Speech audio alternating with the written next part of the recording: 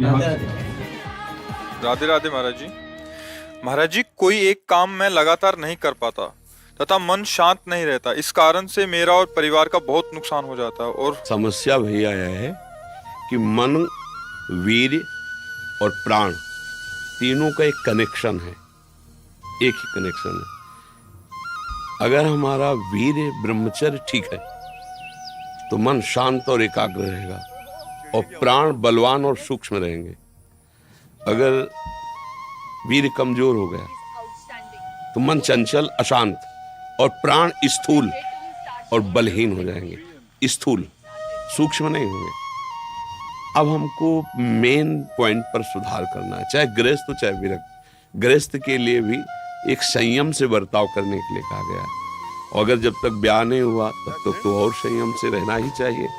अगर हम लोग वीर्य का महत्व समझने लगे, ब्रह्मचर्य का, तो हमारा जीवन काफी संकटों से निवृत्त हो सकता है। अध्यात्म शक्ति वीर्य से ही प्रकट होती है। जब हम ब्रह्मचर्य से रहते हैं, भजन करते हैं, मान लो गृहस्थी में भगवान कश्यप जी 10,000 वर्ष तक ब्रह्मचर्य रहे। फिर उन्होंने माता विनता के गर्भ में, जानते हो कौन पैदा हो? भगवान गरुड़ जी पैदा हुए। कितने बलशाली, भगवान के वाहन, पूरे विश्व ब्रह्मांड को अपने एक पंखे में रख के उड़ सकते हैं। 10,000 वर्ष भजन किया तो फिर गरुड़ जी पैदा हुए।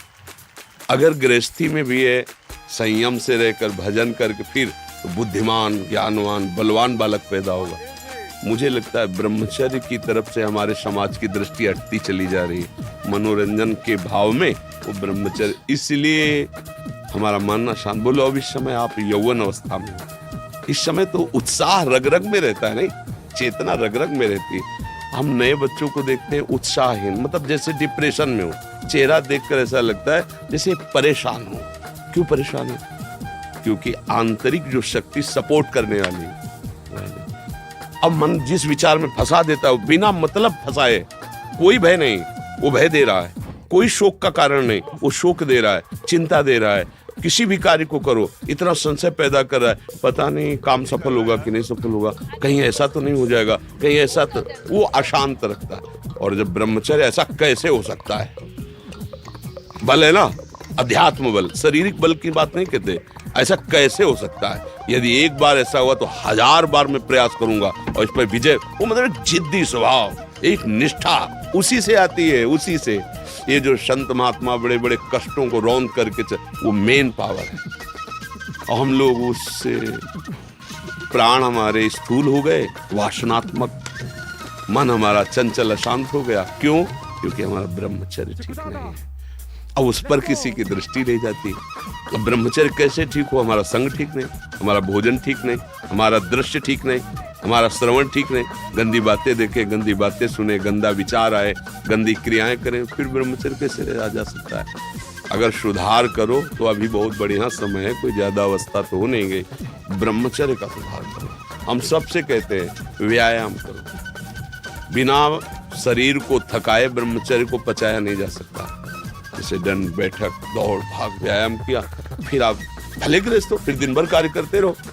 30 मिनट तो पूरे शरीर को ऐसा व्यायाम में रखो पसीना पसीना हो जाए। अब 8-10 बजे तक सो रहे हैं तो व्यायाम कब करें? 4 बजे उठ के नहा धो करके घंटा आध घंटा दंड बैठक मारे तो आप देखो आपका जीवन प्रकाशित होने लगे। ये नहीं कहते कि बाबा जीवन, गृहस्थी में भी, गृहस्थी जीवन कोई साधारण इतना बड़ा बोझा लाद के चलना है परिवार का। शरीर स्वस्थ नहीं, विचार ठीक नहीं तो क्या है?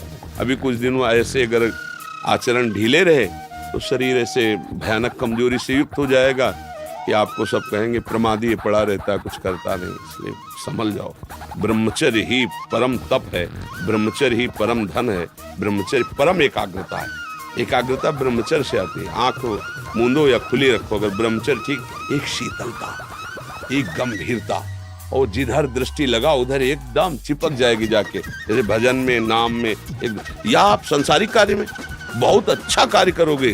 अगर आपका ब्रह्मचर्य ठीक ना तो जिधर बहुत अच्छा कार्य करोगे। तो शरीर में दम ही नहीं है। यंत्र का जमाना हो गया है। पहले खेती जोतते थे ना किसान, एक फार वाला होता था और पूरे खेत को उसी से जोतला है।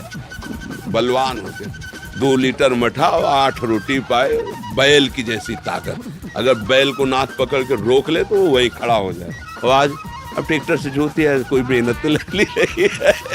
तो ये शरीर का हम लोग बहुत बुरी तरह से पतन कर रहे हैं। बड़ा कीमती शरीर है, हाँ, इसमें बहुत चेतना की आवश्यकता है।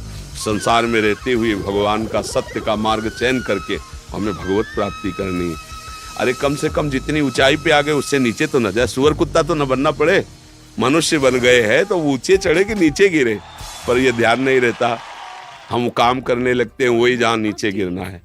अब दूसरे जीवों का मांस खाना, शराब पीना, जुआ खेलना, बेविचार, ये कहाँ ले जाएगा? एकदम नष्ट कर देगा। तो जवान बच्चे हो, सावधान रहो, खान पान ठीक रखो, सावधानी पूर्वक चलो, ठीक है।